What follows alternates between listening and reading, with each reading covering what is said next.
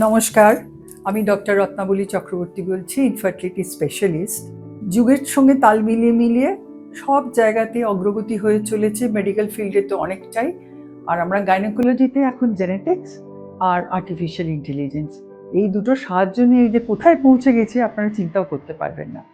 Infertility ট্রিটমেন্টে যখন আমরা IVF করি, সেখানে আমাদের আর্টিফিশিয়াল ইন্টেলিজেন্স খুব সাহায্যে আসছে।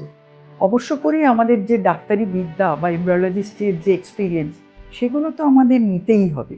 তার সঙ্গে আর্টিফিশিয়াল ইন্টেলিজেন্স কিন্তু যখন আমরা এমব্রায়ো তৈরি করি, 24 ঘন্টা সর্বক্ষণ সেই এমব্রায়োর উপরে নজর রাখে। যখন কোষের বিভাজন হয়, সেল ডিভিশন, ওরা দেখে বলে দিতে পারে কোন সেলটা ভালো, কোনটা ভালো নয়, এবং সেই মতো আমাদের গাইড করে যে এইটা প্রতিস্থাপন করুন ইউট্রাসে। আইভিএফ এর যখন আমাদের শেষ হয়ে যায়, তো আমরা দেখি সেগুলোর রেজাল্ট একদম পারফেক্ট আসে। সুতরাং max medical research infertility and IVF সেন্টারে আমরা শুধুমাত্র যে জেনেটিক্স ইউজ করি তাই নয়, আমরা আর্টিফিশিয়াল ইন্টেলিজেন্স ইউজ করি এবং তার থেকে আমরা খুব ভালো রেজাল্ট পাচ্ছি। নমস্কার।